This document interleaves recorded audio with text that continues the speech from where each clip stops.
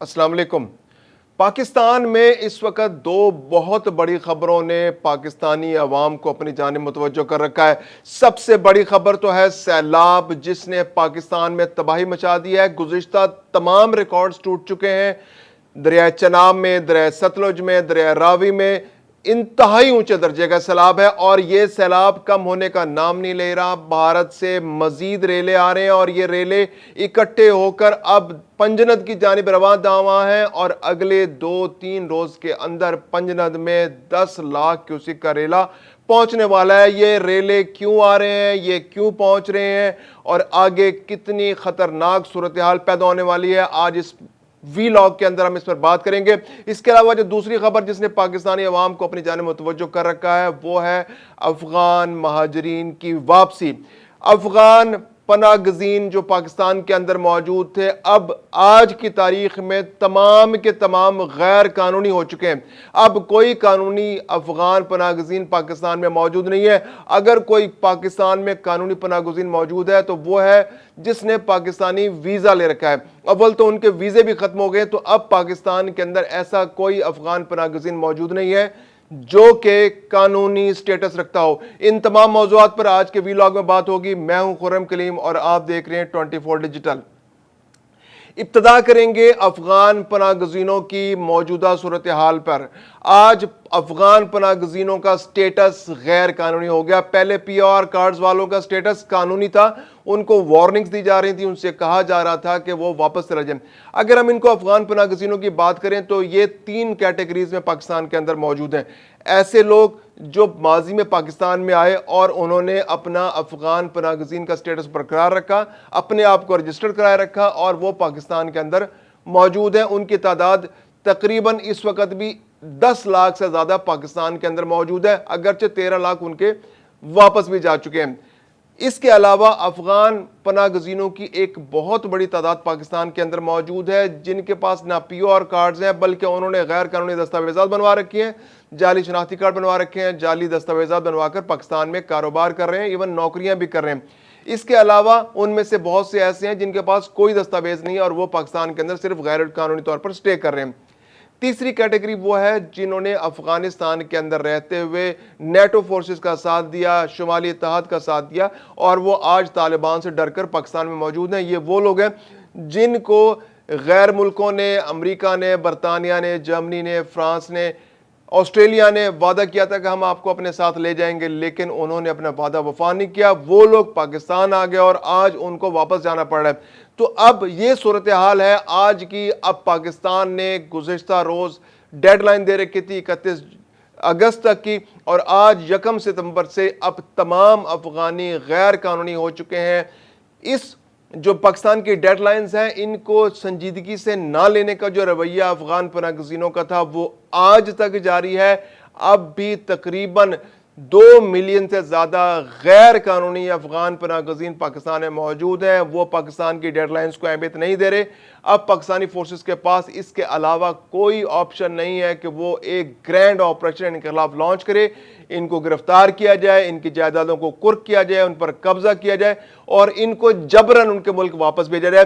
کیونکہ اگر ہم ڈیٹا کا انالیسس کرتے ہیں تو اس سال جب سے پاکستان نے اس کیمپین کو بہت تیز کیا ہے تو جنوری سے لے کے 31 جولائی تک، یعنی پہلے 7 مہینے کے اندر 3,52,000 لوگ اپنے ملک یعنی افغانستان واپس گئے تھے۔ اور پچھلے سال پاکستان نے 31 جولائی کو پاکستان نے 1 مہینے کے لیے اس کو مزید ایکسٹینڈ کیا، تو اس ایکسٹینشن کا فائدہ اٹھاتے ہوئے صرف 1 لاکھ افغان پناہ گزین جو ہے وہ اپنے ملک واپس گئے۔ یعنی کہ آپ یوں سمجھیے کہ تقریباً 4.5 لاکھ سے لے کر 4,60,000 افغان پناہ گزین جو ہیں وہ اس پیشکش کا، اس سہولت کا فائدہ اٹھاتے ہوئے اپنے ملک واپس گئے، کیونکہ پاکستان نے کہا تھا کہ جو بھی اس عرصے کے دوران اپنے ملک واپس جائے گا تو پاکستان ان کے سامان کی چیکنگ نہیں کرے گا، چیک پوائنٹس پر ان کو تنگ نہیں کیا جائے گا، والنٹیرلی ان کو جانے دیا جائے گا اور ان کو فیسیلیٹیٹ کیا جائے گا وہ جائیں اپنے ملک میں جا کر بسیں، اور اگر وہ واپس آنا چاہتے ہیں تو وہ لیگل ویزا لگوائیں، پاکستانی ایمبیسی سے کابل میں رابطہ کریں،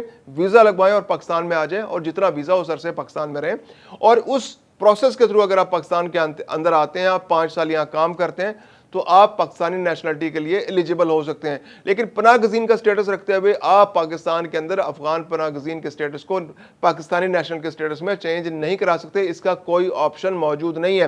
تو اب گزشتہ 15 روز کے اندر جو تورخم بارڈر ہے وہاں سے تقریباً 75,000 افغانیوں نے واپسی کا سفر باندھا. اسپن بولدک اور انگور اڈا کے جو رستے ہیں ان پر سے اتنے لوگ واپس نہیں گئے اب تک جتنے ایکسپیکٹ کیے جا رہے تھے. تو یہ تعداد کافی کم ہے اور اب پاکستان کے پاس کوئی آپشن نہیں بچا کہ وہ ان لوگوں کے خلاف آپریشن کرے, کیونکہ جتنا پاکستان نے ان کو باوقار انداز میں بھیجنے کے لیے جتنی زیادہ ایکسٹینشنز دی انہوں نے اس کا اس طرح فائدہ نہیں اٹھایا. دوسری جانب جو عالمی ادارے ہیں وہ آج بھی اپنی ہٹ دھرمی پر قائم ہیں.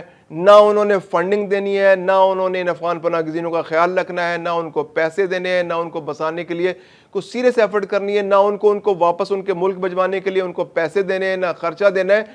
وہ ان کے پاس صرف ایک کام ہے کہ وہ پاکستان سے اپیل کرتے ہیں کہ آپ ان افغان پناہ گزینوں کو واپس نہ بھیجیں, ان کو مرحلہ وار بھیجیں, ان پر رحم کریں. تو اس بات کی اپنی ذمہ داری کو محسوس کیے بغیر تمام کی تمام ذمہ داری پاکستان پر ڈالنے کا جو سلسلہ مغربی اقوام اور یونائٹڈ نیشنز اور UNHCR کی جانب سے ہے وہ اب بھی جاری ہے, کیونکہ اب پاکستان نے کلیئر فیصلہ کر لیا ہے کہ کوئی افغان پناہ گزین پاکستان کے اندر نہیں رہے گا. اب دوسری خبر کی جانب چلتے ہیں کہ سیلاب کی صورتحال جو ہے وہ انتہائی خطرناک ہو چکی ہے, کیونکہ پاکستان کے اندر جو پنجند ہے, پنجند کے مقام پر اگلے 2 سے 3 روز کے اندر پانی کا ایک بہت بڑا ریلا جو ہے پہنچنے والا ہے اور اس کی جو حجم ہے وہ 10 لاکھ کیوسک ہے.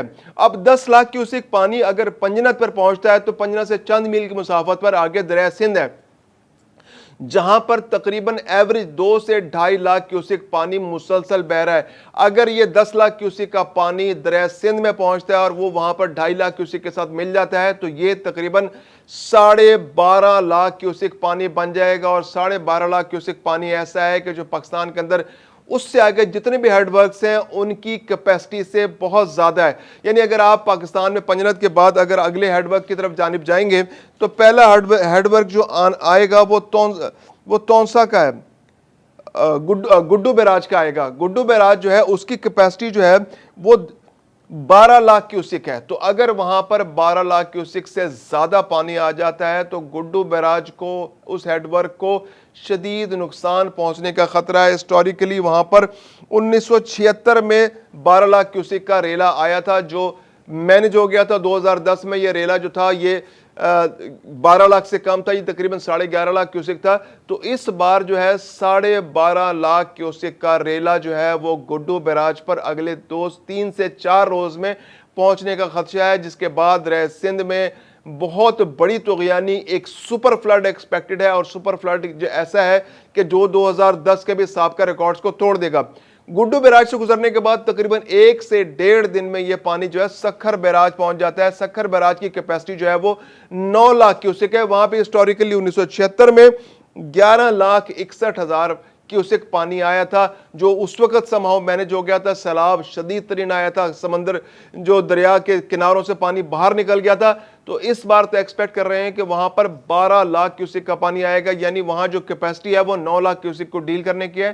اور اگر وہاں پر 12 لاکھ کیوسک پانی خدا نخواستہ پہنچ گیا تو وہ اس کے سکھر بیراج اور اس کے آس پاس کے علاقوں کے لیے انتہائی خطرناک ہوگا, کیونکہ اس وقت پھر کوئی آپشن نہیں بچے گا سکھر بیراج کو بچانے کے لیے کہ آس پاس بند توڑ کر اس پانی کو مختلف علاقوں میں نکال دیا جائے. 2010 میں بھی سکھر بیراج کو بچانے کے لیے اس پانی کو مشرقی بارڈر کی جانب, مشرقی حصے کی بینک جو ہے دریا کے کنارے کی طرف ڈائیورٹ کیا گیا تھا. جیکب آباد پورا شہر پانی میں ڈوب گیا تھا. اس کے علاوہ جیکب آباد سے آگے بلوچستان کے علاقہ شروع ہو جاتا ہے. بلوچستان میں ڈیرہ لایار, ڈیرہ مراد جمالی, نصیر آباد اور اس سے آگے سبی کے ضلع تک پانی پہنچ گیا تھا. بہت بڑا نقصان ہوا تھا, ہزاروں لاکھوں لوگ اس میں متاثر ہوئے تھے, ملینز آف لوگ بے گھر ہو گئے تھے. اس بار بھی اب تک تقریباً 1 ملین کے قریب لوگ بے گھر ہو چکے ہیں. ابھی سیلاب سندھ میں نہیں پہنچا ہے. سیلاب جب سندھ میں پہنچے گا اس کے بعد صورتحال جو ہے انتہائی خطرناک ہوگی. اب بھی جو 2 سے 3 دن میں اس نے پنجنت پہنچنا ہے، پنجنت کے بعد اس نے مزید ایک دن لینا ہے اس نے دریائے سندھ میں پہنچنے میں، اور وہاں سے تقریباً 2 روز میں وہ گڈو بیراج تک پہنچے گا۔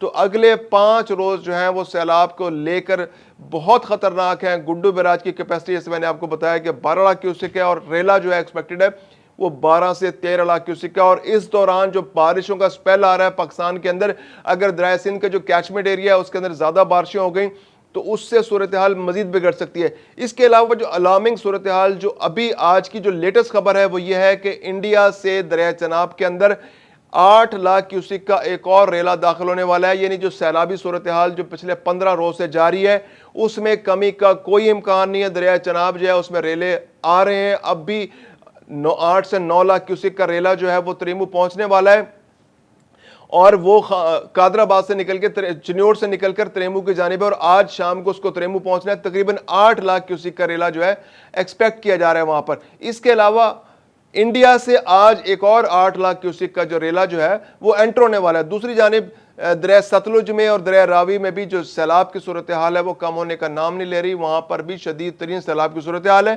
تو اب سندھ کے صوبے کے لیے، کیونکہ پنجاب میں جو کافی جو اضلاع ہیں جو دریائے چناب کے آس پاس، جو دریائے ستلج اور دریائے راوی کے آس پاس ہیں، وہ تو متاثر ہو چکے ہیں، اور اس میں مزید بھی نقصانات کا خدشہ ہے کیونکہ مزید ریلے پیچھے سے آ رہے ہیں۔ اب جو صورتحال ہے آگے اس کی سنگینی اس سے اندازہ لگایا جا سکتا ہے کہ اب یہ سیلاب پنجاب سے انٹر ہو رہا ہے سندھ کے اندر، اور سندھ کے اندر ایک نیا سپر فلڈ جو ہے وہ ایکسپیکٹ کیا جا رہا ہے، اور وہ 2010 کے جو اعداد و شمار ہیں اس سے بھی زیادہ اعداد و شمار سامنے آ رہے ہیں۔ تو اگر اس کے انتظامات نہیں کیے گئے تو پھر ایک بہت بڑی تباہی جو ہے اس کا خدشہ موجود ہے۔